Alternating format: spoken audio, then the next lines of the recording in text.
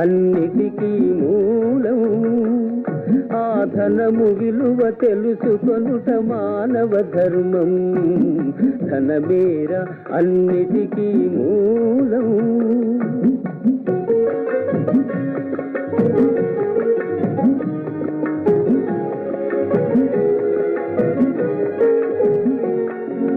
మానవుడే ధనమన్నది సృజించెనురా, దానికి తానే తెలియని దాసుడాయరా.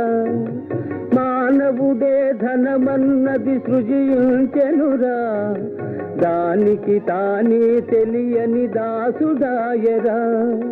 ధనలక్ష్మిని అదుపులోన పెట్టినవాడే, ధనలక్ష్మిని అదుపులోన పెట్టినవాడే గుణవంతుడు, బలవంతుడు, భగవంతుడురా.